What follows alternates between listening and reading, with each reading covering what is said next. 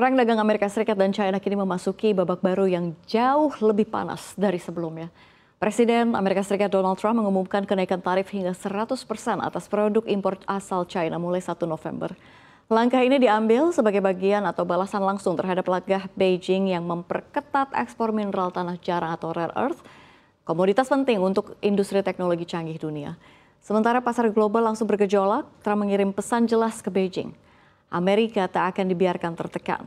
Tapi di tengah perang ekonomi dua raksasa dunia itu, ada satu negara yang justru melihat kesempatan di balik keributan ini, yaitu Indonesia. Selengkapnya kita bahas dalam tarif 100% Amerika Serikat versus China, babak baru dimulai. Langkah gila Trump dimulai dari Gedung Putih pada Jumat lalu. Melalui platform Truth Social, ia menyebut China telah bertindak luar biasa agresif dan mengkhianati gencatan senjata tarif yang baru saja dicapai. Kali ini tarif 100% akan menyentuh semua penduduk utama dari Beijing, dari elektronik, komponen teknologi, hingga perlengkapan industri otomotif. Trump juga membatasi ekspor perangkat lunak krusial ke China dan menunda pertemuan dengan Presiden Xi Jinping di KTT APEC Korea Selatan. Ia menegaskan, kita tak perlu melunak untuk setiap unsur yang mereka monopoli.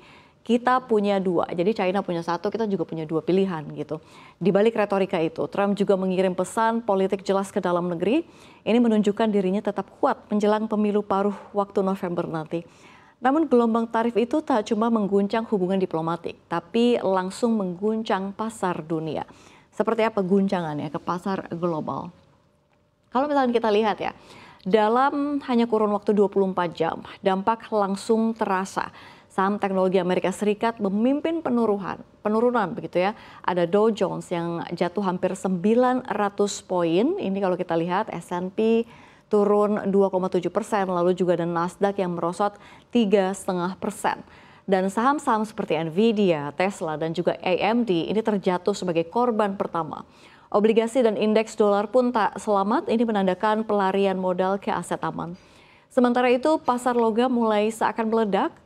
Harga emas spot naik ke level tertinggi sepanjang masa, ini di atas lebih dari 4.000 US dollar per troy ounce, dan juga sementara perak juga melonjak 2% ke rekor 51,52 US.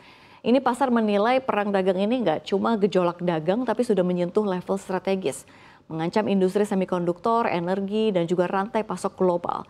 Bursa Asia pun kompak melemah, ini ada Hang Seng turun 3,49%, lalu juga ada Kospi yang anjlok 2,35%, dan juga ASX Australia ini turun 0,68%. Namun di tengah kepanikan itu, suara dari Jakarta justru tenang dan yakin begitu ya. Kita berpindah ke Pelabuhan Tanjung Priuk kemarin, di mana Menkyu Purbaya Sadewa ini beri komentar yang tak biasa. Di saat pasar global panik, Purbaya tersenyum tenang begitu ya. Biar aja mereka berantem, kita nggak ada urusan gitu. Malah kita untung begitu ya.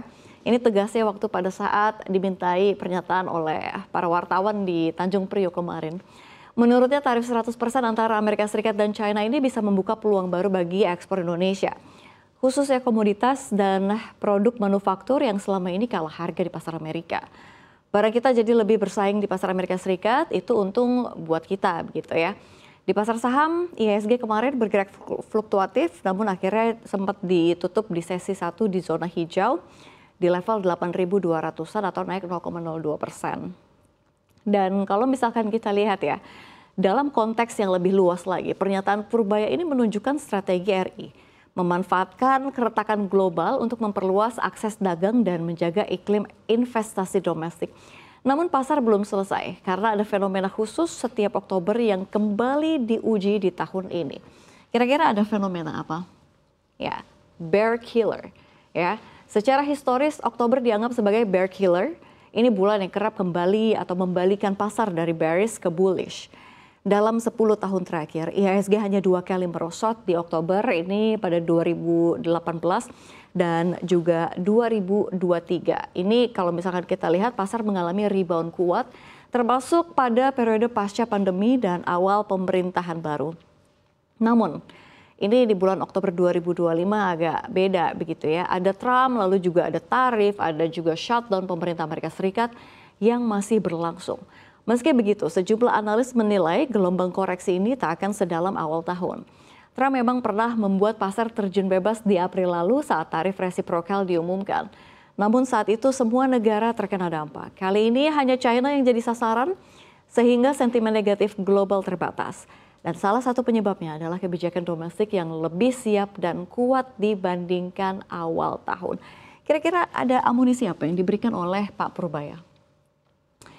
Menkyu Purbaya ini telah menyiapkan amunisi fiskal raksasa untuk menjaga momentum ekonomi. Sekitar 200 triliun rupiah ini ditempatkan di bank-bank umum BUMN sebagai dana deposito on call. Ini masing-masing ada BRI, Mandiri, dan juga BNI, lalu BTN, dan juga BSI.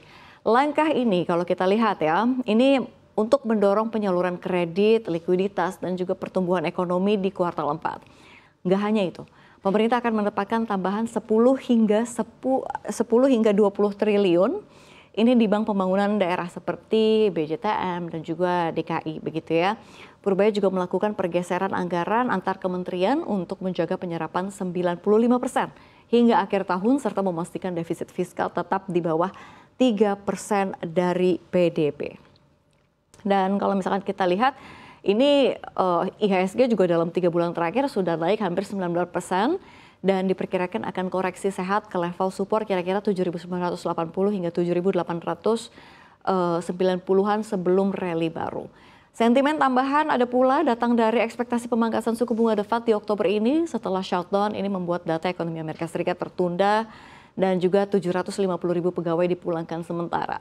Namun OECD ini kalau misalnya kita lihat dari ekonomi Amerika Serikat akan melambat ke 1,8% di 2025 dan hanya 1,5% di 2026 membuat The Fed harus melonggarkan kebijakannya lagi.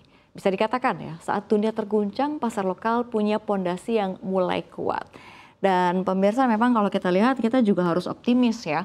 Jadi ketika Trump dan Xi Jinping ini kembali saling tekan, pasar kemungkinan gelisah. Namun nggak semua negara harus panik, termasuk Indonesia ya. Jadi bagi Indonesia khususnya, jadi setiap gelombang atau adanya gelombang global ini selalu ada celah untuk jadi berkah. Koreksi yang terjadi di Oktober ini bisa saja menjadi momen bear killer, versi baru untuk IHSG, terutama saat fundamental domestik semakin kuat dan likuiditas pasar terjaga. Karena saat dunia ribut soal tarif dan juga tekanan, Indonesia tetap tenang mencari peluang untuk menang. Jadi sebenarnya dalam setiap konflik ekonomi selalu ada yang rugi, tapi selalu juga ada yang panen cuan.